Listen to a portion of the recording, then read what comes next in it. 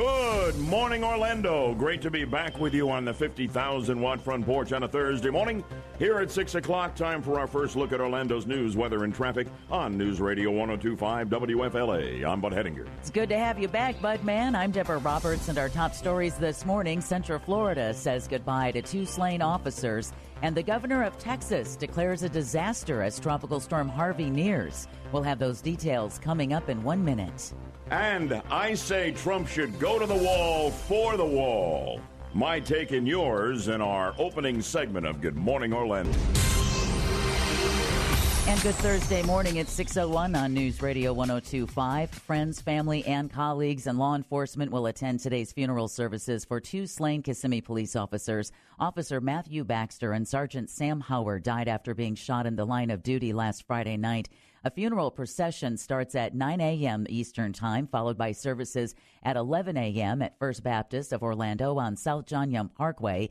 Governor Rick Scott has ordered flags to be flown at half-staff at the Osceola County Courthouse, the Kissimmee Police Department, and Kissimmee City Hall to honor Baxter and Howard.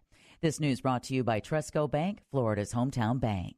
A man's death after a standoff with police, meanwhile, is a sign of what the NAACP calls a broken mental health care system. Daytona Beach Police Chief Craig Capri said yesterday that the medical examiner ruled the death of Shakari Willis was from a self-inflicted gunshot wound. A police officer fired at least 4 shots at Willis during an armed standoff Tuesday, but none of the shots hit him. Willis had a history of what his family calls psychedelic episodes, and the Florida NAACP tells the Daytona Beach News Journal the city's mental health system failed Willis. Texas Governor Greg Abbott is declaring a state of disaster for 30 counties as Tropical Depression Harvey takes aim at the Lone Star State. Abbott said he's taking the preemptive action today to help Texans prepare in case of an emergency. But the National Weather Service has issued a hurricane watch for the region between Galveston and Victoria. Meanwhile, officials in Houston are preparing for heavy rains and possible street flooding. Forecasters say the storm is gaining strength in the Gulf and could become a hurricane and our season's first hurricane to make landfall in the U.S. before it makes landfall sometime between Friday or Saturday. The Texas Gulf Coast could see 10 to 15 inches of rain from the storm, but that's considered a rather that's the estimate. It's a low estimate from what they're really expecting. They're saying 2 feet of rain easily. That's like biblical proportions in terms of the flooding you might well expect in the low-lying areas of coastal Texas. So we got a little thing off the southwest coast of Florida right now, but nothing like we were dealing with, a quarter century ago. Exactly. But then again, what we have swirling off the southwestern coast just shows again why we can't take our eye off the tropics or assume that because of what the models show that we know where it's going to go or what it's going to do, because today marks 25 years since Hurricane Andrew made landfall in southern Miami-Dade County and changed the lives of the South Floridians who lived through it. Andrew came a fall in the South Dade neighborhoods of Kendall and Country Walk during the late 9 hours of Sunday, August 24th, back in 1992. And Dennis Falcon of the National Hurricane Center in Miami says Andrew proved that a quote-unquote slow hurricane season can produce a catastrophic storm and that these storms can power up quickly. This was a storm that just a couple of days before looked like it was going to completely dissipate thanks to some dry air and some wind shear, but it made a comeback and is a classic example of a problem we still face today, and that's forecasting rapid intensification. It went from a mild-mannered tropical storm to a Category 5 hurricane in less than 2 days. And that's something I forgot about, Andrew. We think about the devastation. We think about the money it cost. We think about how it completely changed the map of South Florida. But we forget that it went from a mild-mannered tropical storm like what's sitting off the coast of southwest Florida into a Cat 5 in 2 days. Not saying, of course, that that's what's going to happen to that system, but it just shows, again, you cannot take your eyes off the tropics until November 30th, and in some cases, even in 2004, well into December when we had to go into Greek names because we'd run out of the... I remember that. We'd run out of the alphabet. That's absolutely right, and now we're ramping up toward the statistical peak of the hurricane season about the 10th of September, and now is when you really need to be vigilant, and we'll be there for you. Yeah, and for those who weren't here, the Andrews 165-mile-per-hour winds and 18-foot storm surge demolished hundreds of homes and businesses, prompted the state to create some of the most stringent building codes in the country for new construction. reconstruction. 26 people died in the Bahamas, Florida, and Louisiana when the storm dissipated. And if the loss of life wasn't enough, Andrew also caused $26 billion in damage to South Florida alone. And they say now, forecasters say now, that if there had been a category stronger than 5, that would have been Andrew. Yeah, it was really an extraordinary situation there. And if it had been a little bit further north, just a little bit, it would have been a direct hit on Miami and would have broken all of the records, and it would have been unimaginable devastation and loss of life. We all know how close we came to something even far worse than Andrew was. You're right. In fact, we could still be recovering if Andrew had been a little bit more north and it hit any of those heavily populated areas instead of someplace like Homestead. You bet. And finally, someone who bought a ticket in Massachusetts can claim the second biggest Powerball jackpot in history. Yes, that is why we're all here today. We did not win. That's after the winning numbers were drawn last night at Florida Lottery headquarters in Tallahassee. Prior to the drawing, the jackpot climbed to more than $758 million. The winning numbers, in case you didn't hear, were 6, 7, 16, 23, 26, with the Powerball of 4. A ticket purchased here in Florida, though, matched 5 numbers to win $1 million. Not bad there. I would take it's better than a poke in the eye with a sharp stick. But what we're looking at is one winning ticket outside Boston is where it was purchased. Whether it's one person or an office full of people dividing it, the money is just flat out unimaginable, isn't it? $750 million. Seriously, when you consider that your take-home pay is going to be greater than what the odds were that you were going to win. Oh, that's interesting. Yeah. I hadn't thought of it that way. You're going to be taking home like between $650 take home, $650 million. Yeah. That'll cover you. WFLA News Time at 6:08. Read about DNA evidence saving a man from execution with only hours to spare at 1025WFLA.com. The first hour of Good Morning Orlando, back to full prescription strength, starts now. News, weather, and traffic for the best audience in talk radio. This is Good Morning Orlando on News Radio 102.5. And great to be back with you here. Hopped up to Nashville to see a total eclipse of the sun with the family. Linda and I had a great time with our daughter, son-in-law, a couple of grandkids, and assorted relatives. 1 minute and 14 seconds of totality that we will never forget. I'll talk about it in detail later in this hour. There were some remarkable aspects to that experience, Deb, and as I think I may have mentioned before we left, I promised myself 38 years ago when, as a young reporter, I somehow managed to be out in Winnipeg, Canada, covering the last total eclipse of the sun in North America in 1979. And I knew then, because they project these things out forever, that 2017, if the good Lord would allow, I'd find a way to see another one, and we were blessed to be able to do that. I thought about you Monday afternoon as I was watching ABC News coverage as they followed the eclipse from Portland, Oregon, all the way to Charleston, South Carolina, and they made a stop in Nashville, and I was very excited to see you guys, that you were able to get the payoff that I know that you've been waiting 38 years to see. Yeah, it was fantastic. Talk about it a little bit later on. And in the meantime, well, you may say, like you did very kindly, that we're back to full prescription strength, but I think we've been there. We've got great bench strength here. Thanks to Yaffee for handling hosting duties on a couple of shows. He's in the control room, executive producing for us this morning, and Mark Logus as well was in the chair. And I thank them both. So we roll on from the Front Gate Realty Studio. Visit LauraHasTheBuyers.com. Topic number 1 on a jam-packed show. I want Trump to go to the wall for the wall. And I'll tell you what I'm talking about here in a moment and see what you think. We'll have that in Orlando's news, weather, and traffic in 2 minutes here on News Radio 102.5 WFLA. In that incredible rally out in Phoenix, Arizona on Tuesday that I know they've been talking about in my absence here on the morning show. I don't have to go back over the tale of 3 speeches with the president this week on Afghanistan, the rally out in Phoenix, and the American Legion speech with heavy emphasis on improving the lot of our veterans, which the president has promised to do.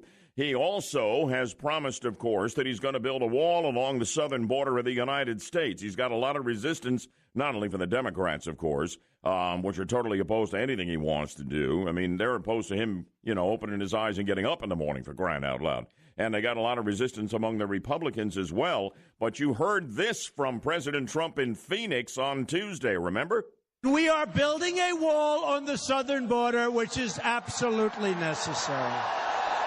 Now, the obstructionist Democrats would like us not to do it, but believe me, if we have to close down our government, we're building that wall. Let me be very clear to Democrats in Congress who oppose a border wall and stand in the way of border security. You are putting all of America's safety at risk. I'll tell you how the wall ought to be sold across party lines in Congress. To me, it's a total no-brainer. I don't understand all of this opposition to a wall along the southern border, but I can tell you this. I want the president to go right to the wall, and I think he can get them to cave in Congress by saying if they pass a spending measure by the end of September, which they have to do to keep the government afloat and to keep us from defaulting on our debts, that the president ought to say, unless I have adequate funding for the wall in there, I'm vetoing this. They will not have the votes for an override, and it will just terrify Congress to be saddled with that, okay? And they will cave and put the money in. And I would play some hard-core, bare-knuckle politics with this and push them to the wall for the wall. And why do we need a wall? I don't understand all of this rampant opposition to it, except that it is really more than anything Trump derangement syndrome on display. But if you don't buy into the wall to cut out illegal immigration into this country across the border, if you don't buy into the wall for stopping terrorists from having an open door across the largely unguarded southern border, buy into it to save this country from the drug epidemic, the opioid crisis. Most of those drugs that come into this country and are killing Americans and Floridians in alarming rates day after day after day, you can shut it down. Walls work. You should be able to sell that part of it, the drug issue, across party lines and get this done. Mr. President, go to the wall for the wall, but sell it to the wimps who don't care about securing the border from illegal immigrants or terrorists. Sell it on the basis of saving American lives being lost to the opioid drug crisis, with those drugs largely flowing across the Mexican border. Let's go to the wall for the wall, Mr. President. What say you? 407-916-5400, text line 23680. Are you with me or against me? Let's talk. I made my case for the president going to the wall and an all-out threat to shut the government down to get the funding to build it along the southern border, to knock out the illegal immigration traffic, to knock out the potential for terrorists coming across the border, and to stop the drugs. Seems to me you ought to be able to sell item number 3 to the Democrats or to anybody across party lines. Let's go to the phones in a moment. And first, though, I want Yaffee to weigh in on this because we don't always see quite eye to eye on this wall issue. Mike, what are you thinking this morning? Since when do we not see eye to eye on the wall? I'm totally for the wall. I don't know. I've been off a few days. I can't remember when. Yeah, I'm totally. You're kind of looking at me funny, and I thought, okay, here it comes. No, I'm totally with Trump. Build a wall.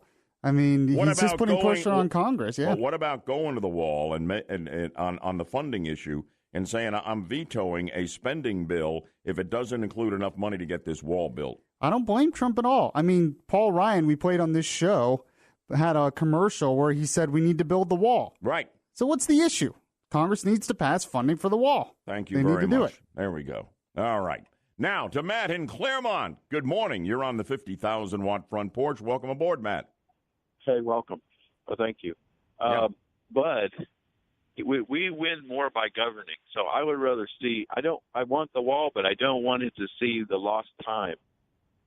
We need to have him governing when we need that budget passed and the tax cut, and and then he can go to hold rallies in those congressmen and senators' states.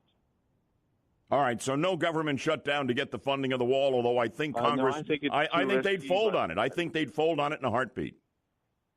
I think they'd be terrified of the political ramifications You don't of a want to shutdown. give them the opportunity to grandstand, and that's what they would do. Jeff Flake is going to get beat in his primary, and that's when our victory is going to start.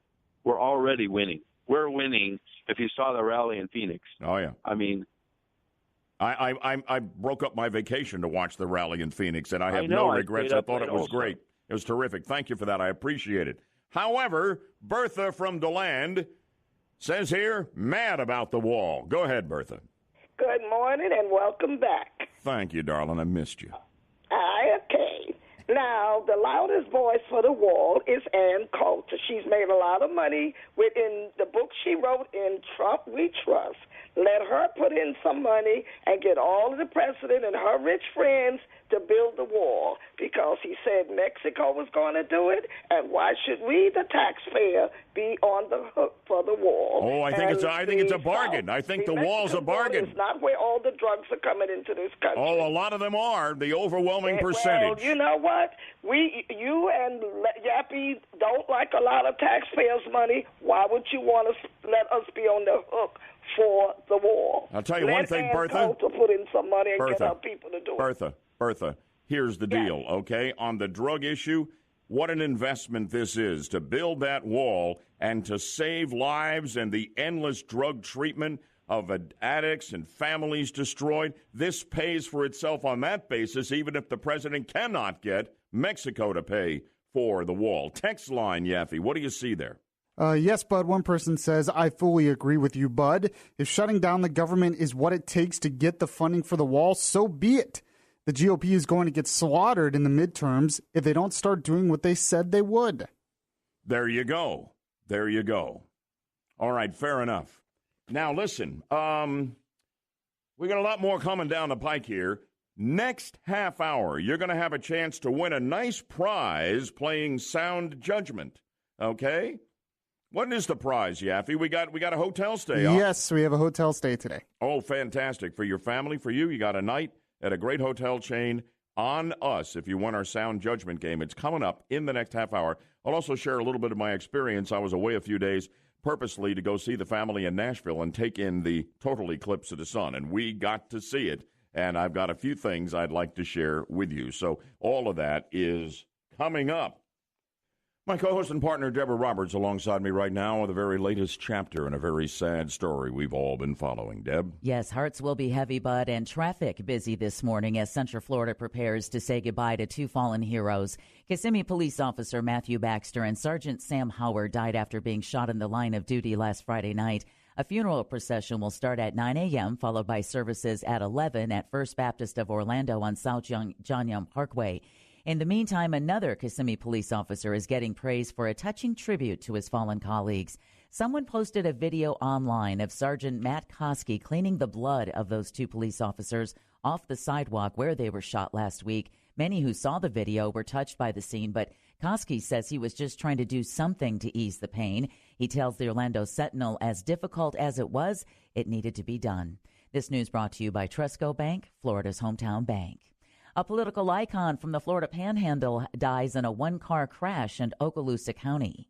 Greg Evers was a farmer from the small town of Baker who spent 16 years in the legislature. He responded to a series of murders behind bars by leading the charge for prison reform. We want to get to the bottom of it. We're tired of reading about an inmate that expired on our watch, and the blood's on our hands. Evers was also a staunch defender of gun rights, sponsoring a bill that would have allowed concealed carry at public schools. This is take your gun to school day. Evers even made national headlines last year by sponsoring a raffle on Facebook for a semi-automatic weapon just a few days after the massacre at Pulse nightclub. He was 62. Rick Flagg, News Radio 102.5 WFLA. And the bizarre reports of a sonic weapon allegedly turned on American and Canadian diplomats in Havana, Cuba are getting more and more curious, if not disturbing, by the day. Medical files reviewed by CBS News and reported in Gizmodo, Australia today revealed a slew of physical symptoms associated with the mysterious covert sonic device that reportedly operates outside the range of audible sound, including some as serious as mild traumatic brain injury and with likely damage to the central nervous system. This is a story, Bud, that while you were out had broken, and Mike and I were talking about it and talking about how terribly frightening this is. The symptoms were previously described as hearing loss, nausea, headaches, and balance disorders. and at least one envoy is said to now require the use of a hearing aid. An unnamed American doctor who participated in evaluations has warned of health risks to those further exposed. Now, the University of Miami has also confirmed that its physicians were consulted by the U.S. State Department, which yesterday said they are very concerned about this attack and have called it unprecedented. So much so that a number of diplomats have reportedly resigned to leave their posts in response to these attacks.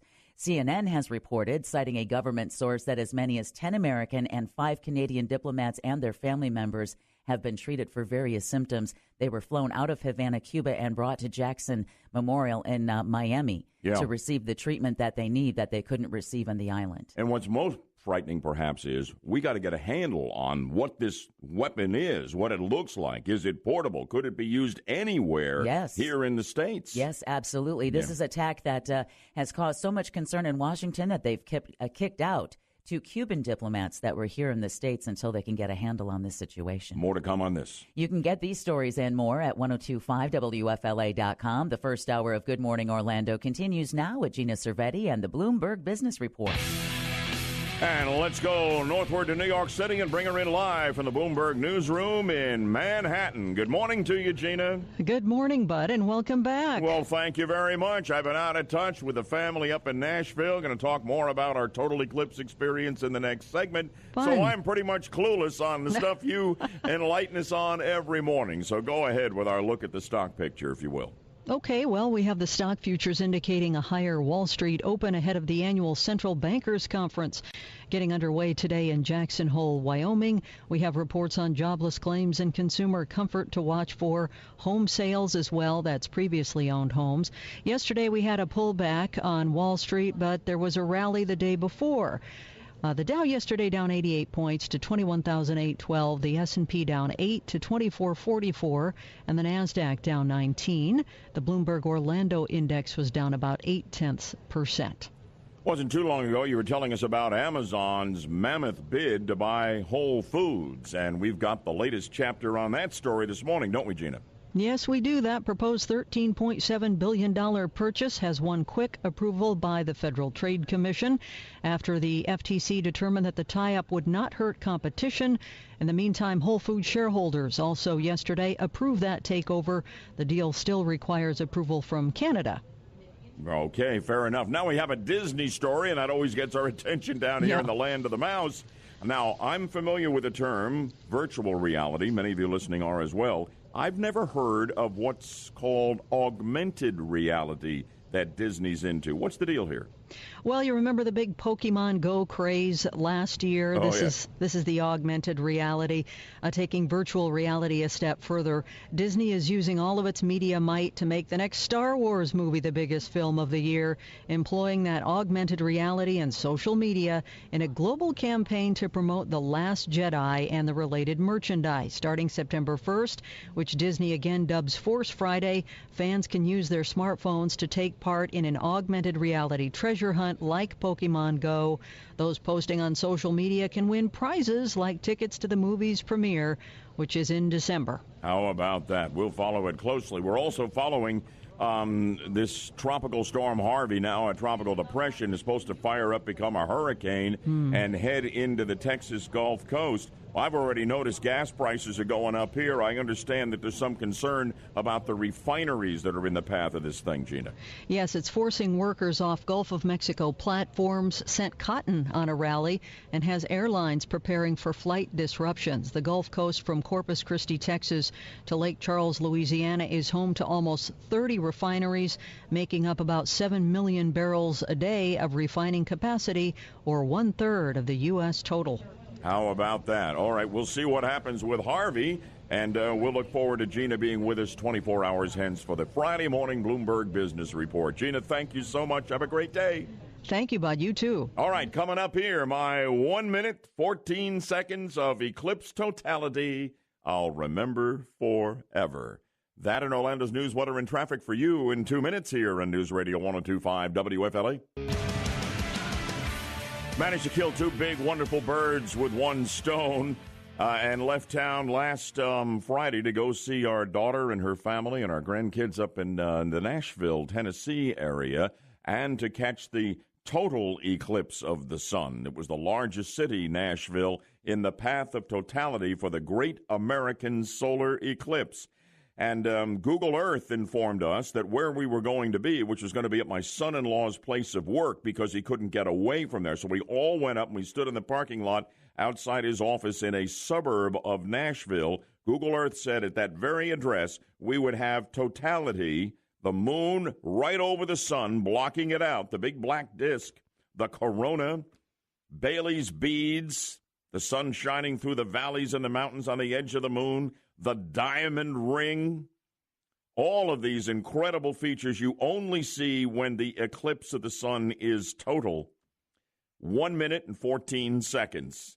It sure went by fast. It was a remarkable scene.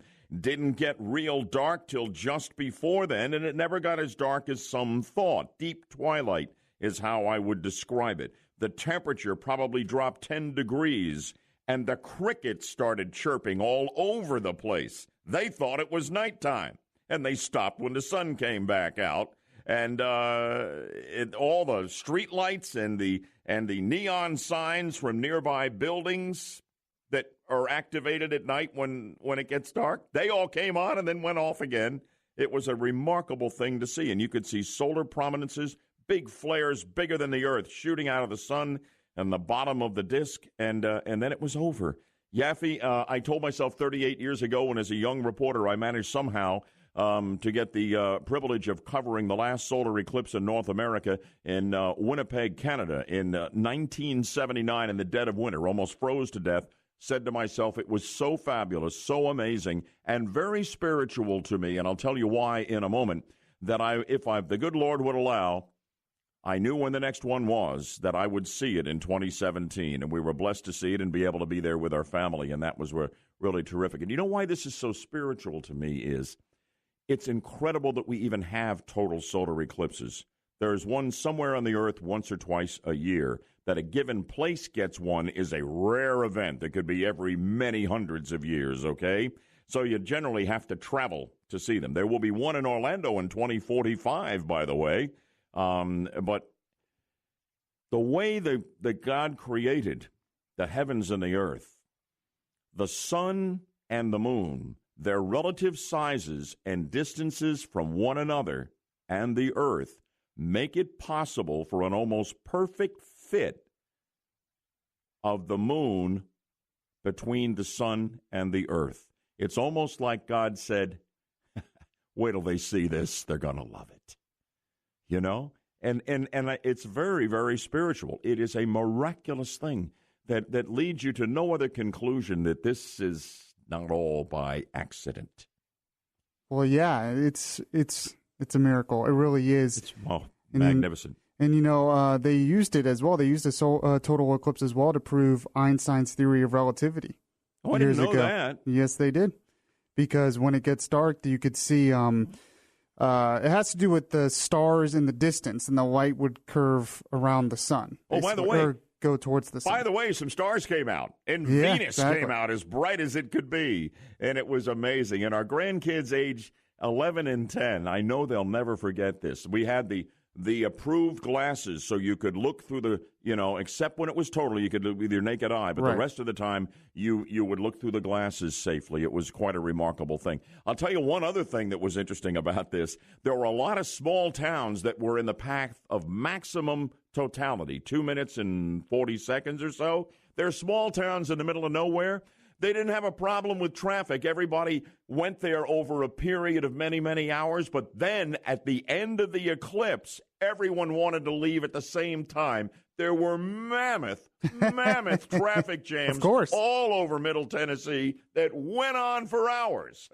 So it's like I-4 every day. Pretty much. A total nightmare. But for us, it was great. We just kind of hung around the office there and then made our way back home. All right, so that's our story, and my story of 1 minute and 14 seconds of totality I will never forget. Right now, here's an opportunity for you to have, well, I don't know whether it's quite as monumental as a total solar eclipse, but to win a free hotel stay on us playing our sound judgment game. That's our prize today. Tell you more about it in a moment. the only way you can win, you got to have not one sound judgment for the last 30 days, okay? That's the company rule. So we also would welcome new-timers, first-timers as well. If you want to play the game, you got to get on the phone and get on the 50,000-watt front porch, 407-916-5400, 407-916-5400. We're playing sound judgment, free hotel stay. That's our prize. Ready to go with my Hurricane Andrew-related sound judgment question for you. And if you get the right answer, and the phone line to call is 407-916-5400. Bryce, tell them what they're going to win. You're going to win a one-night stay at the Red Roof Inn or the Red Roof Inn Plus of your choice anywhere in the country. Call 1-800-RED-ROOF or go to www.redroof.com to book your stay. All right, here we go. At this hour, 25 years ago, this very hour, the morning of August 24th, 1992, the area just south of Miami was being devastated by Hurricane Andrew, a Category 5 storm with sustained winds of 165 miles an hour and gusts to nearly 200 that leveled almost everything in its path. Listen to some sound of a Weather Channel reporter out in the path of Andrew, then use your sound judgment to tell me this. How many Category 5 hurricanes, including Andrew, have been known to have hit the U.S.? The winds continue to blow us around, and I could pretty well verify that we've probably seen that 120 plus. The Hurricane Center, which is not too far from where we're at, had a peak gust of 152. We have seen palm trees literally bend in one direction and snap back up, upright again. 25 years ago at this very minute, Hurricane Andrew, Cat 5. How many Cat 5 storms have ever been known to hit the United States is our sound judgment question. Let's go to line 1. Give me the number, line 1. Was it 5? No, but thanks for trying. It's not a bad guess. Now, that is an open line. You can get in and win, 407-916-5400. You don't have to name them. Just tell me the total number of Cat 5 storms ever to hit the United States, and one of them was Andrew. Line 2, go ahead. 7? Nope, you're going the wrong way, but thank you. 407-916-5400 for the free hotel stay. Get on the line. Line 3, you're next. Go ahead. Give me the number. 4. No, but you're pretty close. 407-916-5400. Total number of Category 5 hurricanes ever to strike the United States. Go ahead, line 4. Line 4. Number 3? Yes! You did it. 3. You did it. You did it. Sounds like you got lucky on that one, right? Yes, I think so. Well, we're very proud of you. Congratulations. It was Andrew in 1992, Camille in 1969 in Mississippi, and then the great Labor Day hurricane in the Florida Keys and Isla Morada back in 1935. You are our sound judgment game winner. What do you think? I think that's great. Thank you. We think it's great, too. You're going to have a free hotel stay on us at the Red Roof Inn of your choice anywhere in the country, my dear. I'm going to write you a note of congratulations for being our winner if you'd be kind enough to give me your first name. Helen. Ellen? Yes. E-L-L-E-N? No, Helen. H-E-L-E-N. Okay, there we go. I'm just changing that, and there it is. Congratulations to you. Now, don't hang up, Helen. I want you to spend a little time off air with Bryce, and he'll make the arrangements, okay? Okay, thank you. Good deal. Terrific. And we're excited for you. Up next, Deborah Roberts checking in with our news at the top of the hour. Central Florida saying goodbye today to 2 slain officers. And the governor won't stop the executioner. Good morning, Orlando, at 6:59. Good morning, Orlando. Top of the morning to you here at the top of the 7 o'clock hour. Good to be back with you on the 50,000-watt front porch. And you're just in time for the latest look at Orlando's news, weather, and traffic on News Radio 102.5 WFLA. I'm Bud Hedinger. And I'm Deborah Roberts. And our top stories this morning, Central Florida says goodbye to 2 slain officers. And the governor won't stop the executioner. We'll have the details coming up in 1 minute. Monument madness continues. And ESPN's insanity. Next on Good Morning Orlando. Good Thursday morning at 7:03 on News Radio 102.5. Thousands of people are expected to pack the First Baptist Church of Orlando this morning to honor Kissimmee Police Sergeant Sam Howard and Officer Matthew Baxter. Police will escort the bodies of Howard and Baxter from Conrad and Thompson Funeral Home in Kissimmee to the church at about 8 a.m. today. The joint funeral service is scheduled to begin at 11 a.m., again at First Baptist Church of Orlando. Following the service, a police motorcade will escort the officers' bodies to Woodlawn Memorial Park and Funeral Home in Orange County's Gotha neighborhood for burial. This news brought to you by Trusco Bank, Florida's hometown bank. For the first time in Florida history, a white man will be executed for the death of a black person. After a long layoff, the executioner at Florida State Prison is about to go to work. Marcus Say is a white supremacist convicted in the 1987 shooting deaths of 2 people in Jacksonville, and Governor Rick Scott says he has no intention of intervening during the final hours. First off, it's a solemn duty for capital, as governor with capital punishment. What I think about is the victims and their families when I go through that. Asay was spared last year when court struck down portions of Florida's death penalty law. It has since been changed, and this will be the execution under the new death penalty law. It'll also be the first in the country using a new 3-drug cocktail for the lethal injection procedure. Meanwhile, a priest confession is bringing back haunting memories for a Maryland couple. Philip and Barbara Butler spoke out yesterday about a cross-burning incident that happened outside their home in College Park 40 years ago. Attorney Ted Williams says a priest needs to announce who else participated in the cross-burning. He needs to give up other Klansmen or Klanswomen who was involved in putting that cross on the Butler's property. Arlington Diocese priest William Atchison was responsible for that cross-burning incident while he was a member of the KKK. While Father Atchison confessed to his past this week in an open letter, the Butlers say he never apologized to them personally or named his accomplices. 40 years ago. A priest. That's the part I can't get past. Absolutely, yeah. 40 years ago, and it took an open letter last week. He'd already taken his vows as a priest. It just blows my mind ever since I saw that story.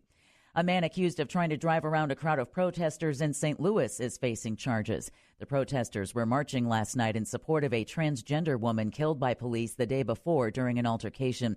Police say the driver tried to go around the protesters when they surrounded the vehicle and started banging on it. He then allegedly drove off, throwing 3 people who had climbed on the car. He was arrested a block away and charged with felony fleeing. And finally, didn't know if you know this or not, but Florida is number 2 in the nation in the number of hate groups, behind only California. No, I didn't know that. I don't like to hear it either. I don't either. In the wake of the deadly white nationalist rally at Charlottesville, Virginia, the Southern Poverty Law Center reports there are 917 hate groups nationwide. 63 of them can be found in Florida, representing white nationalists, neo-Nazis, and the KKK, among others. More than a dozen hate groups are operating in the Tampa Bay, St. Petersburg area, about the same number as here in Central Florida. But the most number of hate groups in Florida can apparently be found in South Florida. Okay, interesting. Disturbing, too. Yeah, very much so. WFLA News Time 7:07. Check out a base jumper who got stuck on a canyon wall. Uh-oh. Yeah, that's. I would say that would be one of my first top 3 places I would not ever want to get stuck. On a canyon wall? Yeah, I think that would be a safe bet. You've logged a little time on a slippery slope around here on the air a time or two. I certainly have. And so have but I can thankfully never been stuck on the canyon wall. But you can check out the photo for yourself at 1025WFLA.com. The second hour of Good Morning Orlando starts now. News, weather, and traffic for the best audience in talk radio. This is Good Morning Orlando on News Radio 102.5. Alongside the Deadmeister, the Budman, through the glass running the show, our executive producer, Yaffee. Screening this morning is Bryce, 407-916-5400. If you want to join our next line of conversation on the ongoing monument madness, I've got some new polling on that, and an absolutely nutso story about ESPN pulling a broadcaster, a play-by-play guy, off a game in Charlottesville, Virginia, because he shares the same name with the Confederate general around whose monument the chaos ensued a few weeks ago. You gotta be kidding. No, I'm not kidding. The story coming up from the Front Gate Realty Studio. Visit laurahasthebuyers.com. 407-916-5400, text line 23680. Join us here on the 50,000-watt front porch And we'll get right to it after we update Orlando's news, weather, and traffic in 2 minutes on News Radio 102.5 WFLA. So while I was away enjoying a total eclipse of the sun up in Nashville with our family, Monument Madness continued. This is tyranny of the minority. It's incredible to me that these iconic statues depicting a chapter in American history that is among the most important chapters, among the most difficult and painful in so many ways. We need to erase history. We need to wipe it off the map.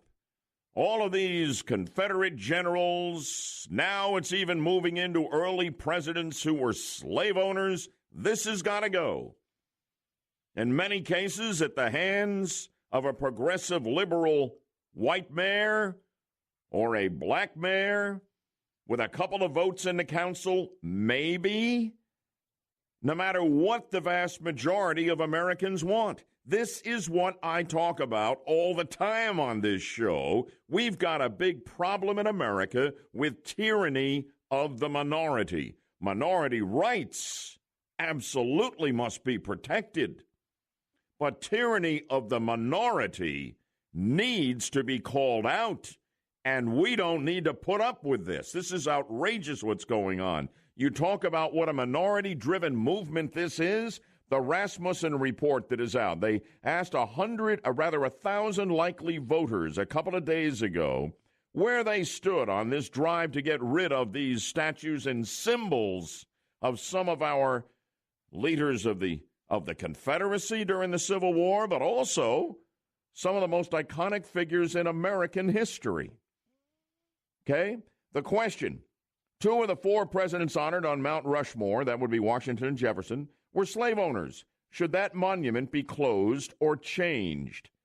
What do you think the people said? 90% were opposed to removing the faces of Washington and Jefferson from Mount Rushmore. 90%. When asked should George Washington and Thomas Jefferson's names be removed from public places and statues and their honor taken down, 88% said no. Only 7% said yes. Rasmussen asked, is it better to erase the wrongs of the past or try to learn from them? The response, 94% of Americans said it is better to learn from a flawed past. That means you leave the statues up, okay? While only 4% support a policy to erase the wrongs of the past. The poll asked respondents if they are sad to see the history and culture of our great country being ripped apart with the removal of our beautiful statues and monuments. 50% agreed they were sad.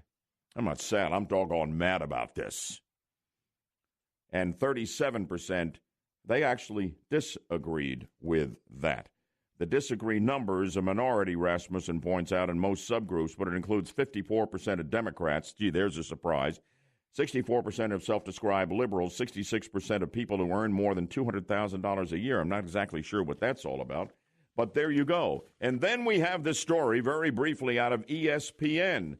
CNN ran with it yesterday morning that they have a sports broadcaster, does football games at the college level by the name of Robert Lee. He was supposed to do the Virginia football season opener in Charlottesville, okay, scene of that ugliness around the Robert E. Lee monument that's threatened with being removed. And they pulled him off the game and switched him to another game because his name is Robert Lee. And the president of ESPN said, well, we did it for his protection. What did they think was going to happen? I mean, are you kidding me? Were they going to burn down the press box with this guy in it? As Yaffee said in his primetime show last night, this is nutso. And Yaffee, you are absolutely right. This is insanity. I really thought it was a fake story when I first saw it. Well, it came out of CNN. It could have been, you know. But I couldn't believe that this was actually something that happened. Like, it's so nutso, like you said, and crazy that I thought it was fake at first. Yeah, the guy's going to do another game. And he says, well, he had a little bit of anxiety. But, you know, he would have done that game. I know. There's 11,000 people I was reading with the name Robert Lee in this country. I mean, is it open season on all of them? nobody would have cared if they didn't do this. It's the fact that they did that. Now that there's attention to it. But 407-916-5400 on Monument Madness and ESPN Insanity. Join me. Help me out here. I mean, are we the Lone Ranger and Tonto here? We're the only ones who feel the way we feel? 407-916-5400. Text line 23680. You got my take on the ongoing Monument Madness and this insanity with ESPN pulling that sportscaster named Robert Lee off a college game in Charlottesville, Virginia. Bobby, good morning from Eustis. You're on with the Budman. How you doing, Bobby? I'm fine. I'm 82 years old, and I'm ready to go, Budman. All right. You sound fired up. Okay, here's what I think. The memorials and the statues are not tributes to the South or to the Confederacy. They are tributes to the men and women that died in that war. That's what the memorials are for. I agree with that 100%, Bobby. And it needs to be pointed out repeatedly. I don't know how we stop the Monument Madness here, except that in individual cities and towns where they have these statues from the Confederacy, okay, the people need to get together. And they need to storm City Hall in the next council meeting and demand that this not be done by executive order or by a vote of a couple of people who supposedly represent the vast majority of their constituents. They need to go there and let them know that we're not going to allow this here. We want to put it up for a vote, a referendum, before a decision of this consequence is made. We let Buddy Dyer get it away with here in Orlando, getting rid of the Johnny Reb statue, for crying out loud. He just did it. It's outrageous. Let's go to Hector. You're in Orlando. Hello, Hector. Hey, Bud. Hi. Listen, I'm ashamed to say this, but at least maybe 50, in fact, the percentage is so damn high, of Black America believe that Lincoln was a Democrat in freedom when he was a Republican, and all those statues were created. In fact, the Confederacy is really the Democrats, and they were the ones that erected all those statues. Well, okay, now they're bringing them down and almost blaming it on the Republicans. Yeah, it's nuts, as we say. The whole thing is just crazy. It's outrageous. It really is. Yaffee, what about the text line? And if you got any comment on this, of course, that's always welcome. Yes, but on the text line, one person says the insanity of the left is only going to drive support for Trump, and those vandalizing and destroying any property should be prosecuted to the fullest extent of the law. And no more having the cops stand by and let them pull down a statue like they did in Durham. Even though they made arrests, it was after the fact, and the statue was desecrated and gone. Yep. Another person says Sheila Jackson Lee should resign because, well, she has Jackson and Lee in the name. So I guess... Oh, the Texas black congresswoman. I guess she should have to resign because she has Jackson and Lee in her name. We can't have that. I don't know. Is that Andy Jackson or Stonewall Jackson? Oh, they're both bad, so... Oh, yeah. Yeah, absolutely. Yeah. This is making me crazy. Bryce... You were grabbing a microphone. You got some thoughts on all of this? Well, yeah, you were saying, we should march down on City Hall and tell them that we want to vote. Well, the media is just going to label all those people white supremacists. That's why there's no resistance, because if you resist this, you're tarred and feathered as a racist. Exactly, and then your face is going to be all over national television. Is it worth it to people? And it isn't, unfortunately, and that's why all of these monuments are so vulnerable. So at the very least, law enforcement needs to protect public property. That's what they do. They need to do it. And they're not doing it in too many places. All right?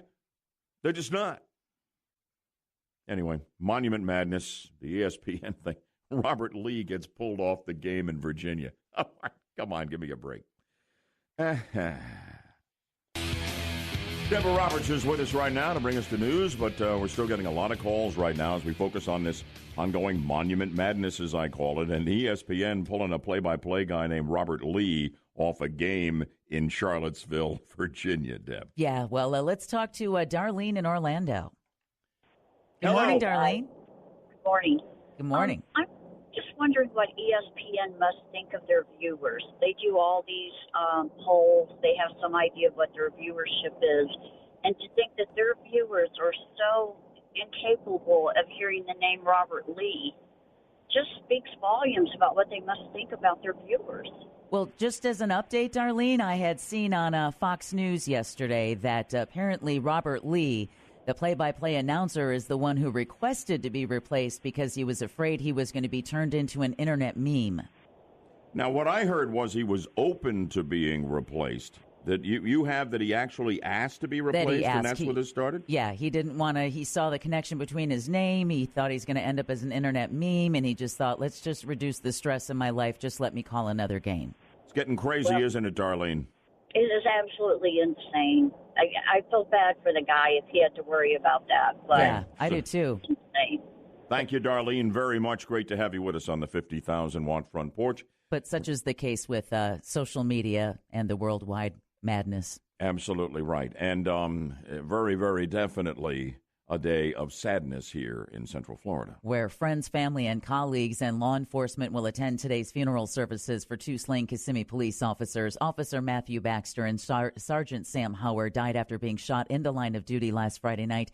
A funeral procession this morning will be followed by services at 11 a.m. at First Baptist of Orlando on South John Young Parkway. Governor Rick Scott has ordered flags to be flown at half-staff at the Osceola County Courthouse, the Kissimmee Police Department, and Kissimmee City Hall to honor Baxter and Howard. And the City of Kissimmee administrative offices will be closed to the public today to allow all employees to attend those services. This news brought to you by Trusco Bank, Florida's hometown bank. Select Arby's restaurants are going medieval, bud, to mark the season finale of HBO's Game of Thrones. Yeah, it's a hot show, big time. Yeah. The chain, known for its roast beef sandwiches, will be serving up smoked turkey legs Sunday for $5.99 each.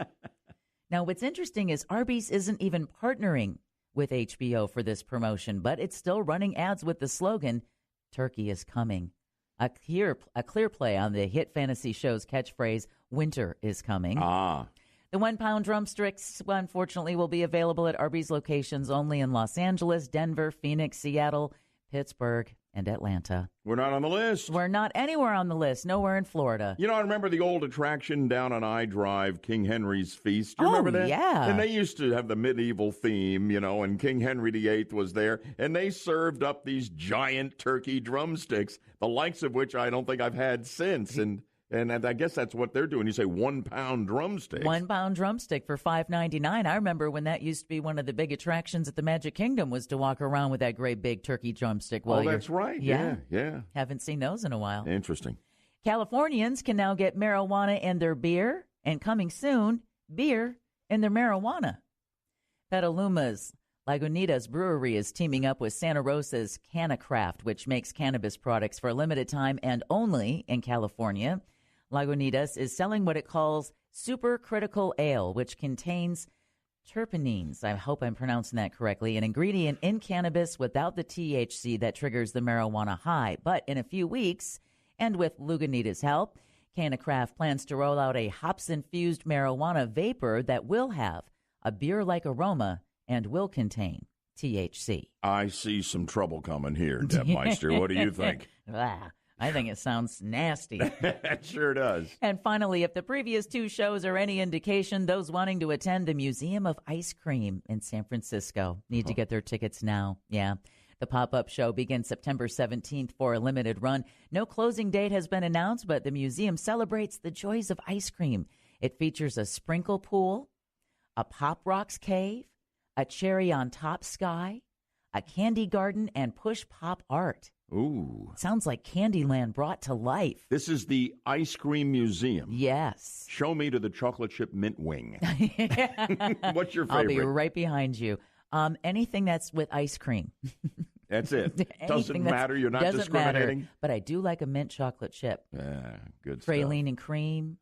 That's good. Butter pecan. I'm liking that. Butter almond. Anything with chocolate. Tickets are $38. The museum is located at 1 Grant Street in San Francisco. But let's see if we can bring it to the city beautiful. It might be Florida where ice cream melts, but...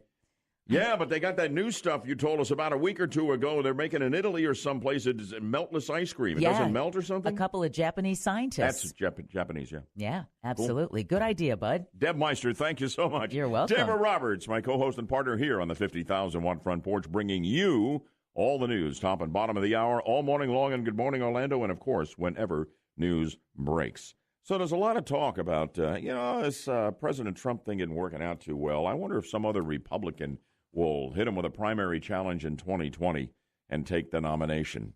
We have a little bit of polling on that. How do you think Trump would do against the likes of Mike Pence, Ted Cruz, John Kasich? I think these numbers will surprise you as much as they surprised me. Coming up, we'll have that and Orlando's news, weather, and traffic in 2 minutes on News Radio 102.5 WFLA. Normally, I would go out of my way to avoid mentioning any polling by the left-leaning public policy polling operation. You have to believe, though, if they could stick it to Trump in a poll, they would do it. And the fact that these results on a possible primary challenge to Trump for the 2020 Republican nomination came down as they did makes this particular public policy poll worth mentioning, I think. And I think you will agree. You listen to the ATM machine on this show, that's short for the anti-Trump media machine, you would believe that not only do the Democrats hate Trump and stonewall him at every chance they get, and they want him out, they're going to try to impeach him if they can figure out a way to get that done. Lots of luck with a Republican-controlled Congress. However, there are a lot of Republicans. You continually hear about them, and they're saying, we don't like Trump, and, Ryan doesn't like him, McConnell doesn't like him. They're arguing, they're feuding. Others are saying this guy's a complete disaster. We got to get somebody else in here is a clear implication. So let's do a poll, which is what public policy polling, left-leaning though they are, did. And they put up some big names as primary challengers for Trump in 2020. I found these numbers to be astounding and revealing of just how much stronger Trump is than the ATM machine would ever want you to believe. Listen to this. Would you like the Republican candidate for president to be Mike Pence over Donald Trump? Who would you vote for if that was the choice? Trump 52, Pence 24, 23 not sure. Wow. Mike Pence is highly regarded. Looks and sounds presidential all the time. He doesn't even get half the support that Trump does. It's mythical, of course, but it's very interesting, isn't it? It really surprised me. So if the Republican candidates for president in 2020 were Donald Trump and Ted Cruz, who would you vote for? Trump 62, Cruz 22, not sure 17. So how about we put the Ohio governor, John Kasich, up? If the Republican candidates for president in 2020 were Donald Trump and John Kasich, who would you vote for? Trump 68, Kasich 21, not sure 11. Yaffee, I find that stunning, coming from what would have to be an anti-Trump biased public policy polling organization, acknowledged universally, even by them, to be left-leaning. Isn't that stunning to see how Trump performs in a mythical primary challenge from some of the big names in the Republican Party? Well, you're exactly right that if you watched CNN or MSNBC or read the New York Times or the Washington Post, you would think there's absolutely no chance that Trump's even going to be able to run again in 2020, except much for less win a primary. Yeah. Mm-hmm. That being said, I will say this. What's that? Those numbers are pretty low, probably compared to past presidents, I would think. I have no idea. I don't have any reference to that. I can tell you. I just can't imagine, if people were polled after George Bush won the first time, if he was primaried, and you had over 20% want to vote for someone else other than the current candidate, the current president. But if you're following the anti-Trump media machine right now, you'd believe that Trump would lose every single one of these right now. Oh, yeah. There's no doubt. I mean, those media outlets are saying Trump's not going to even make it through his first term. That's how crazy they've become. Yep, you bet. 7:58 on the 50,000-watt front porch of Budman back here from seeing the family and watching the total eclipse of the sun up in the Nashville, Tennessee area with my wife Linda for a couple of days. It was absolutely incredible, amazing, and we talked about it earlier. We're moving on to other things right now, and stay tuned for that. Deborah Roberts will set the table for everything we do here by updating the news at 8 o'clock on Central Florida, saying goodbye today to those 2 slain police officers. And she'll have remembrances of Hurricane Andrew that devastated South Florida 25 years ago. This very minute it was happening. And stay tuned right after Deb with the news. We got our texting contest, and you need to listen for the key word coming up right after Deb does the news. And when you hear the key word, you text it, okay? Follow the instructions. You can win a trip to Las Vegas on us for the fabulous iHeartRadio Music Festival with all the top acts on the planet in late September. That is coming up right after Deb with the news. And coming up in prime time tonight, Yaffee will be taking your calls and text messages and giving you his take on what's going on locally, nationally, internationally, possibly intergalactically. Yaffee, when are you on tonight here on WFLA? I am on 8 to 10 p.m. tonight. That's it? Yeah, we're late for a break, bud. Are we? I'm sorry. That's all right. Good morning, Trying Orlando. to be quick. All right. Good morning, Orlando, from the Front Gate Realty Studio. It's 7:59. Good morning, Orlando. Top of the morning to you here on a Thursday at 8 o'clock as we give you our latest look at Orlando's news, weather, and traffic on News Radio 102.5 WFLA. I'm Bud Heddinger. And I'm Deborah Roberts. And our top stories this morning, Central Florida says goodbye to 2 slain heroes and remembering Hurricane Andrew. We'll have the details coming up in 1 minute. And my bottom line on why Kaepernick can't get a job in the NFL. Coming up next on Good Morning Orlando. And good Thursday morning. It's 8:03 on News Radio 102.5. The law enforcement community, family, friends, and the community at large will pay their respects today to 2 Kissimmee police officers who were shot and killed in the line of duty. Funeral services for 36-year-old Sergeant Sam Howard and 27-year-old Officer Matthew Baxter will begin at 11 a.m. at First Baptist Church in Orlando. Baxter and Howard were fatally shot on Friday night in Kissimmee in an area known for drug activity. Lynx will be operating a special bus route to help people commute to the service. Then tonight there will be a candlelight vigil held on Dakin Avenue and Broadway Street from 8 to 8:30 p.m. Friday, the downtown Kissimmee businesses will hold another fundraiser on the same block of Dakin and Broadway, just like they did last night. And again, from 6 to 10 p.m., there's going to be vendors, raffles, music, and more. All of the proceeds will go to the fallen officers' families. This news brought to you by Trusco Bank, Florida's hometown bank. Texas Governor Greg Abbott is declaring a state of disaster for 30 counties as tropical storm Harvey takes aim at the Lone Star State. Abbott says he's taken the preemptive action today to help Texans prepare in case of an emergency, and an emergency is exactly what they are expecting. The National Weather Service has issued a hurricane warning for the region between Galveston and Victoria. Meanwhile, officials in Houston are preparing for heavy rains and possible street flooding. Forecasters say the storm is gaining strength in the Gulf, and they're expecting it to be a hurricane before it makes landfall sometime tomorrow or Saturday. The Texas Gulf Coast and inland areas are going to be measuring rainfall in the feet. Today marks 25 years since Hurricane Andrew made landfall in South Florida and changed the lives of those who lived through it. Andrew became only the 3rd Category 5 hurricane to make landfall in the United States when it swept across the South Miami-Dade neighborhoods of Kendall and Country Walk during the late night hours of Sunday, August 24th, 1992. And Dennis Feltgen of the National Hurricane Center says Andrew proved that a quote-unquote slow hurricane season can produce a catastrophic storm, and that these storms can ramp up quickly. This was a storm that just a couple of days before looked like it was going to completely dissipate thanks to some dry air and some wind shear, but it made a comeback, and is a classic example of a problem we still face today, and that's forecasting rapid intensification. It went from a mild-mannered tropical storm to a Category 5 hurricane in less than 2 days. And the storm's 165-mile-per-hour winds and 18-foot storm surge demolished hundreds of homes and businesses and prompted the Sunshine State to create some of the most stringent building codes in the country for new construction. 26 people died in the Bahamas, Florida, and Louisiana when the storm dissipated. And as if the loss of life weren't bad enough, Andrew caused $26 billion in damage to South Florida.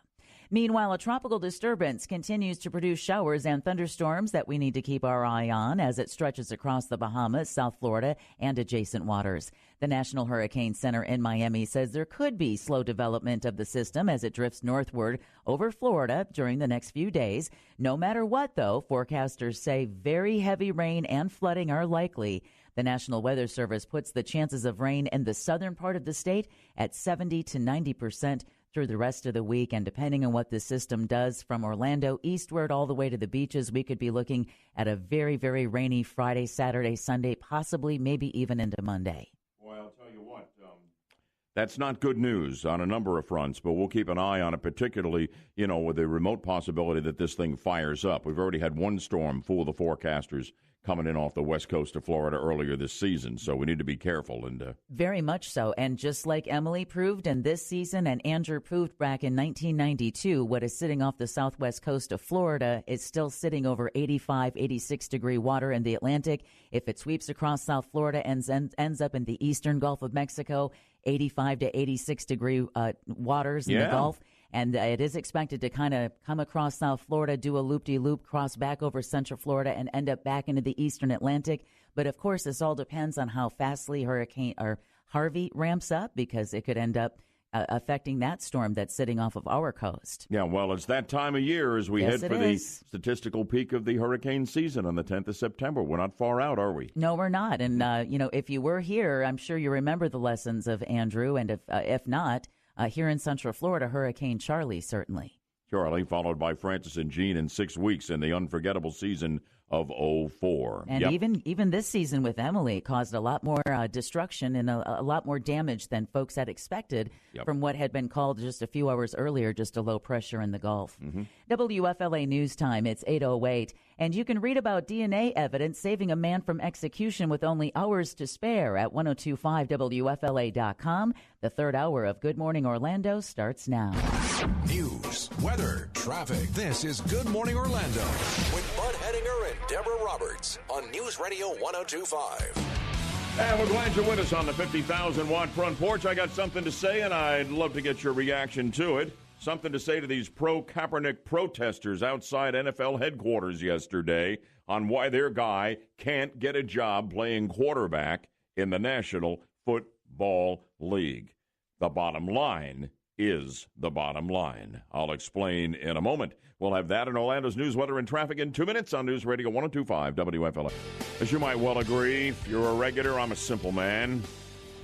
And please tell me if I've oversimplified the problem that Colin Kaepernick is having getting a job again as a National Football League quarterback. Yesterday, I watched perhaps 1,000 protesters, pro-Kaepernick protesters, outside National Football League headquarters in Midtown Manhattan, New York City. Leading the way, the NCAA. They have written a letter to the NFL. They're demanding a meeting about this. They believe that Kaepernick is being blackballed, discriminated against, and that it's just not right. And the NFL needs to do something about it and somehow force Kaepernick onto one of the 32 teams in the NFL before the start of the season. Here's in part what that letter says. Last season, Mr. Kaepernick chose to exercise his First Amendment rights by protesting the inequitable treatment of people of color in America. By quietly taking a knee during the national anthem, he was able to shine a light on the many injustices, particularly the disproportionate occurrences of police misconduct toward communities of color. As outlined in your office's public statement, this act of dissent is well within the National Football League stated bylaws. Yet, as the NFL season quickly approaches, Mr. Kaepernick has spent an unprecedented amount of time as a free agent, and it is becoming increasingly apparent that this is no sheer coincidence. No player should be victimized and discriminated against because of his exercise of free speech. To do so is in violation of his rights under the Constitution and the NFL's own regulations. The NFL says, we'll meet with you sometime, but we weren't going to meet with you in the middle of that protest yesterday. You know, we need to just take the race card out of this story about Colin Kaepernick. I don't care what color this man is. He is bad for business, and that is why he is not being hired by any of the NFL teams, okay? He is good enough to play quarterback, but he is bad for business. NFL ratings went down 8% last year. Most of the polling says it was his unpatriotic protest. They don't want him on their team. They don't want to deal with how it will alienate their patriotic fan base to have a guy who made it his cause celeb to disrespect the national anthem and take a knee when it was played and sung. They don't want to deal with that. They want to please their customers. And the polling shows that the vast number of people who go to the stadiums to watch the games live and those who watch them by the millions on television didn't like what Kaepernick did. They resented it. They hated it. They disagree with it. They didn't respect it. They didn't want to see it. And they turned away. The NFL is a profit-making business. They're not going to do anything that they believe is bad for business. Colin Kaepernick is bad for business, but it gets worse.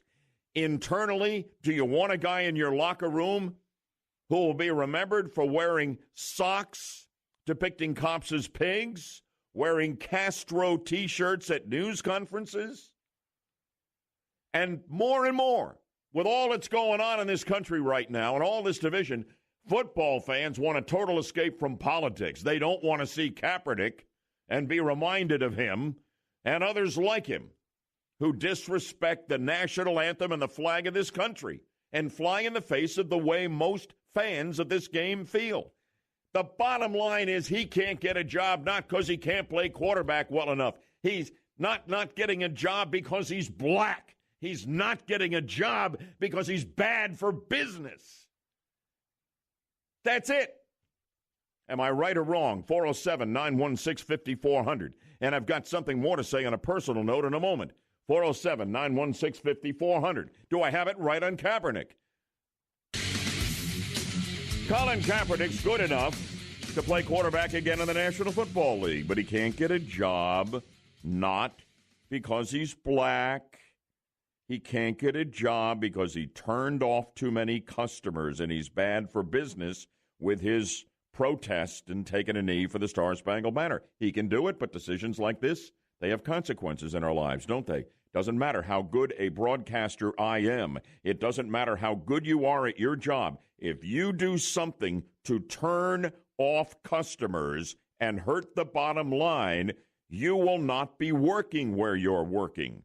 If I do something that causes our audience to disappear or diminish greatly, it doesn't matter how good a broadcaster I am. I will not be before this microphone on WFLA radio because I would be bad for business, just like Colin is. Take the race card out of this thing, for crying out loud.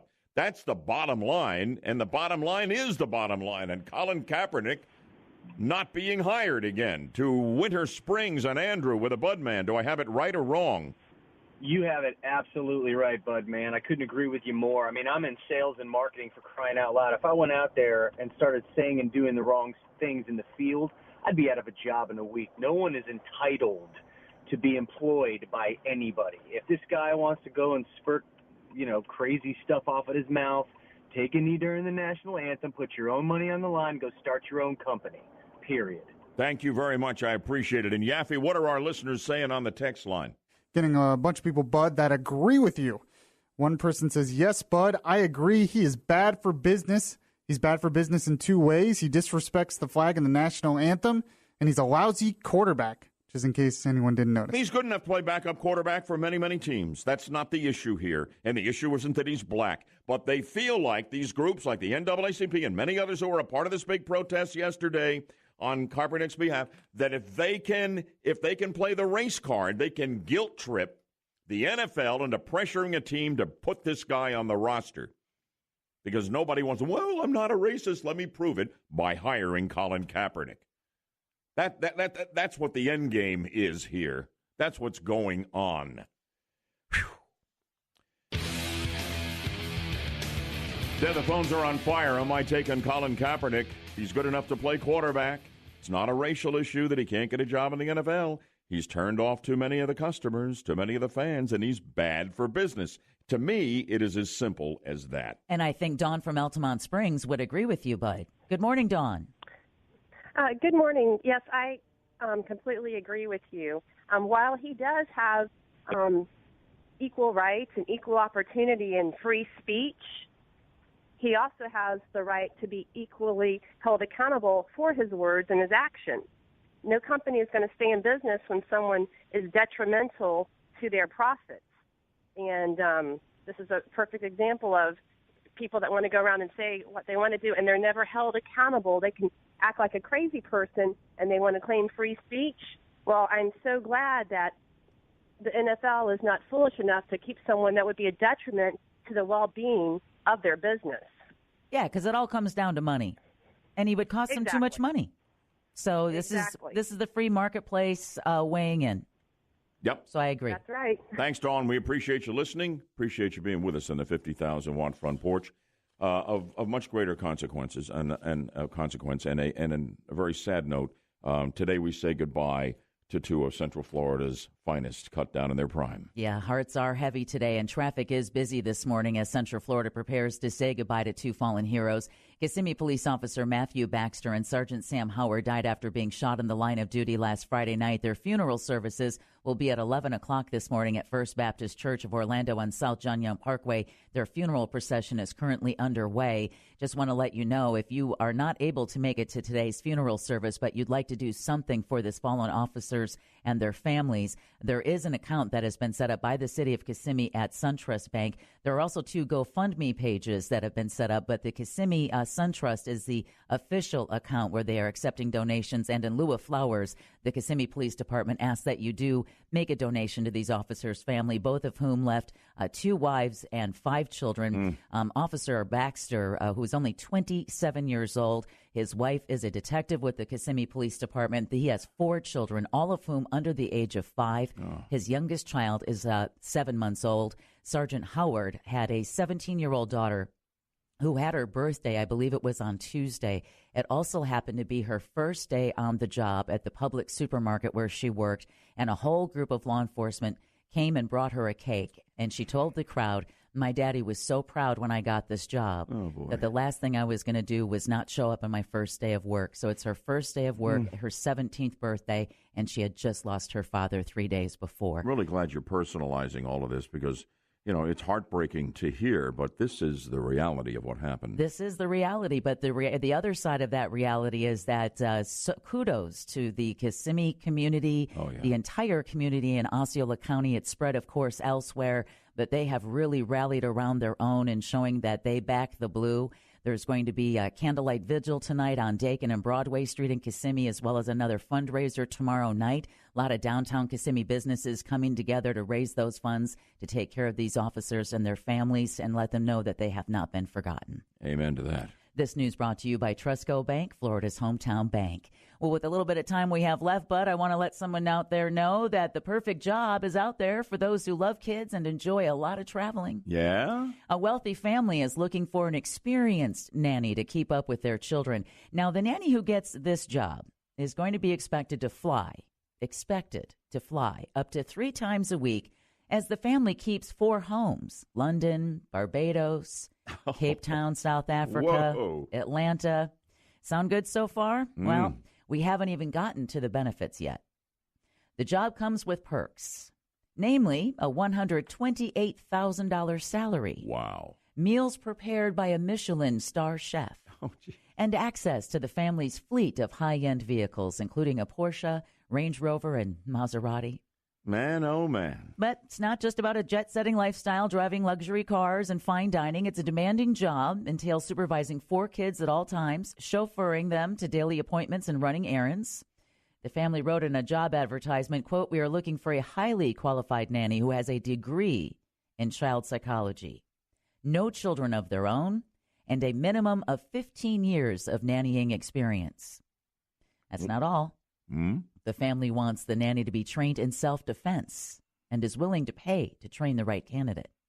Wow. Yeah. $128K a year to be a nanny. How many moms out there would love to know they were going to get $128K a year for taking care of 4 kids, chauffeuring them to all of their daily appointments and running errands? You got a lot of them right now dreaming while they drive. Yeah, exactly. Wake up now. Come on. Yep, it's time to join the 50,000-watt front porch.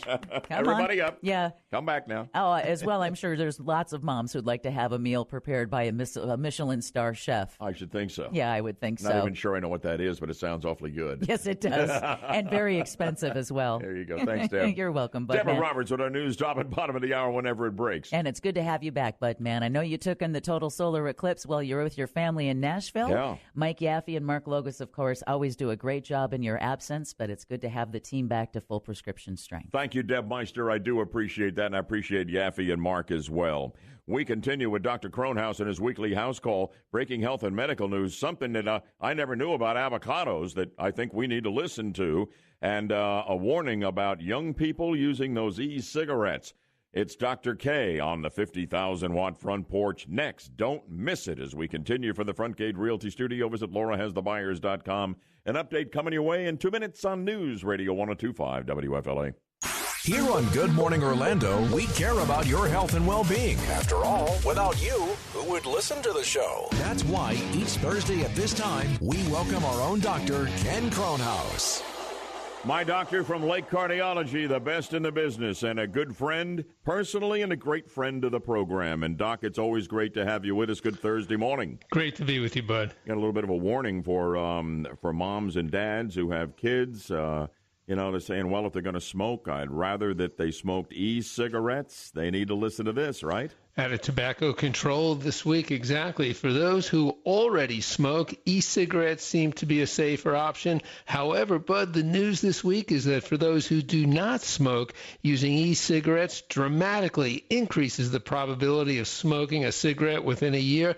For teenagers who have never smoked, the use of e-cigarettes is a strong predictor that within 12 months, they will try a conventional cigarette. So watch the teens. Boy, absolutely right on that score, yeah. And, all of these vitamin supplements out there, there are sometimes people question whether or not they do all that much good, but they feel confident that these supplements don't do any harm. Well, maybe they do. What's the story here? Journal of Clinical Oncology this week. Maybe they do, because men and especially male smokers appear to be more likely to develop lung cancer, Bud, if they take high doses of vitamins B6 and B12. For men taking these vitamin supplements, the risk of lung cancer was nearly doubled. For men who smoked, the risk was between 3 and 4 times higher. So what's a high dose? Vitamin B6 in this study was 20 milligrams or more. Vitamin B12 was 55 micrograms or more. If you just take a multivitamin, you're not going to get near this. This is for people who take a separate B12 supplement or B6 supplement. Do you have any idea what there would be a link to lung cancer risk on this, Doc? You're just fueling the fire. Wow, it's incredible. I guess too much of a good thing. Boy, that's pretty scary. And, all kinds of warnings out when we had the eclipse earlier this week, and how damaging it can be to your vision. And apparently, an awful lot of folks didn't heed the warnings, and maybe you can help them. It's real. People who did not, Bud, use specialized glasses to view the eclipse this past Monday and are experiencing blurry vision, light sensitivity, or headaches, they should visit an ophthalmologist, an eye doctor, as soon as possible, because you may have damaged your eyes, unfortunately. Again, some of the symptoms of an unhealthy eye full of the sun's rays. They include blurry vision, holes or spots in vision, light sensitivity, pain or headache since viewing the eclipse. Don't panic, but just get some reassurance, get checked out, get this watched, see if you need follow-up. I was out of town seeing the total eclipse of the sun with our family that lives up in the Nashville, Tennessee area, and we had the glasses, and it was spectacular to look through them, the ones that are dark and approved, not the phony counterfeit ones that are out there that were so dangerous. But the point at which I found it to be very risky was when you would look at it when it was total, Doc, and then all of a sudden the sun peeked out on the side, the diamond ring effect, and it was super bright. And if you didn't get the glasses on immediately, and I was a little late with that, and it really bothered me for a while. So I can understand what you're talking about. Exactly. Here. Yep. Finally, before you go, Doc, Deb and I are wondering exactly where you're headed with this story because we both love avocados. Your headline you gave us before the show, without further explanation, the healthiest part of an avocado may get thrown away. Go ahead. Exactly. These are very healthy. I'm glad you're addicted to them. This is American Chemical Society meeting just this week. We know the avocado bud has many health benefits. The yellow-green flesh inside the fruit, it's packed with essential vitamins and nutrients, and it's a good source of healthy fats. But the news this week is that a part of the avocado that's normally thrown in the trash may actually be the most valuable. The husks of avocado seeds, they're packed with previously unrecognized compounds that may be valuable new medicines in the future. Now, wait a minute. Are you not talking about that pit in the middle that's as hard as a rock, are you? That's what I'm talking about. Well, how do you? Well, it'll break your teeth if you try to chew on it. I'm not recommending that you eat it, but it's been discovered that inside are all these compounds that are going to be future medications. I'll be doggone. For heart disease and cancer. Maybe you can grate it or something. Maybe that would work. Well, I guess the folks at the American Chemical Society, that's what they do all day. All right, I'll tell you what. I'm going home. I have an avocado this morning, and I'm going to see if I can do business with that pit. Doc, always a pleasure. Great having you with us on the weekly house call here, only on Good Morning Orlando. Have a wonderful day. Be well and don't choke on it. All right, thanks, buddy. I appreciate it. My friend, my heart doctor, Ken Cronhouse from Lake Cardiology, saving lives every day. He's an amazing doctor. He gives so much personal attention to every patient. He just has endless knowledge and compassion. And he's got the best in heart care technology embodied in his BudScan 2.0 heart scan that most insurance will cover. Might save your life or the life of someone you love. Connect with him. Book an appointment. You'll see what I'm talking about. Dr. K's office, 352-735-1400, 352-735-1400. Catch Doc in his nationally syndicated radio program we proudly carry here every Sunday on WFLA, Sunday afternoons at 2, right here. You listen to Good Day Health with Dr. Ken, and you will love it. In a moment, we've got more callers who want to sound off on my take on the reality of why Colin Kaepernick has not been hired as a quarterback by any team in the National Football League. It has nothing to do with race. It has nothing to do with his capabilities. He's good enough to play backup quarterback for anybody. He is simply bad for business, period. Do I have it right? 407-916-5400 on our hottest topic of the morning. Text line 23680. That and Orlando's news, weather, and traffic update at a final time here in Good Morning Orlando. I'll do that in just 2 minutes on News Radio 102.5 WFLA. You know, if we would all just go simultaneously colorblind on the Colin Kaepernick issue, we'd understand what's really going on here. Instead of trying to cloud this with race and use race as a lever to get the National Football League to hire somebody, some team to hire Colin Kaepernick to be their quarterback or their backup, okay? It's nothing to do with discrimination against him because he's black. It has to do with he turned off too many customers of the NFL, fans, attendance, ratings rather in TV down 8% last year. People turned off at the games at seeing a player not stand for the national anthem. Now we got a bunch of others who aren't doing it either. This is, I mean, if he was as white as Tom Brady, for crying out loud, the problem would be the same. The National Football League is a business. They don't want somebody who turns away customers for their business. And they're not going to hire him on that basis. He had his right to make the decision, Yaffee. First Amendment rights of free expression. Our decisions in life, whatever they are, have consequences. Mr. Kaepernick is now experiencing that. Well, yeah, and there were polls that were released that showed that a lot of people turned it off for that reason. Yes. That was a big reason. Yeah. Socks that depict cops as pigs, Castro T-shirts at news conferences. That turns off the patriotic fan base in this country. Exactly right. Period. It's a business. The bottom line is the bottom line, and that's why Kaepernick is not getting a job. Texters, what are they saying? Yes, Bud. Most people agree with you. There's one person who doesn't, though. Can't imagine. He says if he was good enough to be worth the headache, he'd be playing. He's not getting a job because he isn't good enough to play QB in the NFL. Disagree You've got with it that. wrong, Budman. I disagree with that. I think he is good enough. All right. I really do. I think he's absolutely good enough. The other issues are they don't want that division in the locker room. You got a lot of patriots, not the team, but I mean patriotic people who play in this game who don't like what he represents, and that you're going to have division on the team, and they don't want that kind of dissension. It destroys cohesion in the team, and it hurts their performance on the field. And it's a giant distraction. Yeah. What about it? You got a quick comment there, Bryce? Well, yeah, I've been reading that he's actually turning down contracts. He wants more money. Well, if you make a mistake at work, sometimes you got to take, the fall and then work yourself back up to the big money. Yeah. You just got to take a hit. We'll see how it plays out. We'll follow it for you. Hey, isn't it wonderful here on WFLA Radio? But it can be even better. No matter where you are on Earth, you can get a crystal clear signal with iHeartRadio with the iHeartRadio app. Download it. It's absolutely free. You will be amazed. Stay tuned for the news with Deb at the top of the hour, followed by your opportunity in the first hour of Glenn Beck to catch the key word of the day and text it to win a trip to Las Vegas for the iHeartRadio Music Festival coming up in late September. Catch Yaffee. He'll be on tonight taking your calls with his Beyond Reason primetime show from 8 until 10. Check out the website, the podcast of the whole show. Go to 1025WFLA.com. Click on the Good Morning Orlando tab at the top of the page. Great to be back with you from my total eclipse experience in Nashville. See you tomorrow morning. Thank you. God bless you, and God bless America.